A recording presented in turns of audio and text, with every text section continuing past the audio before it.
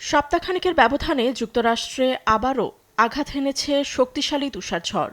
বৃষ্টির মতো অবিরাম ঝরছে ভারী তুষার। রোববার থেকে শুরু হওয়া শীতকালীন ঝড়ে কাবু বাসিন্দারা।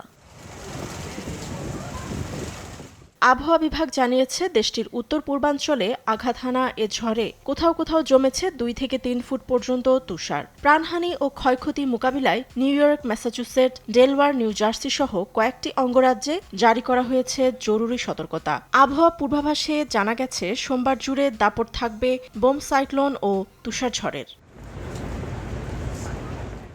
ঐতিহাসিক এ ঝড়ের কারণে প্রায় 6 কোটি মানুষ সতর্কবার্তার আওতায় রয়েছেন।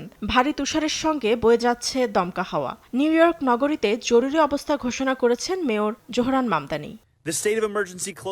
আমরা সব ধরনের সতর্কতা অবলম্বন করেছি।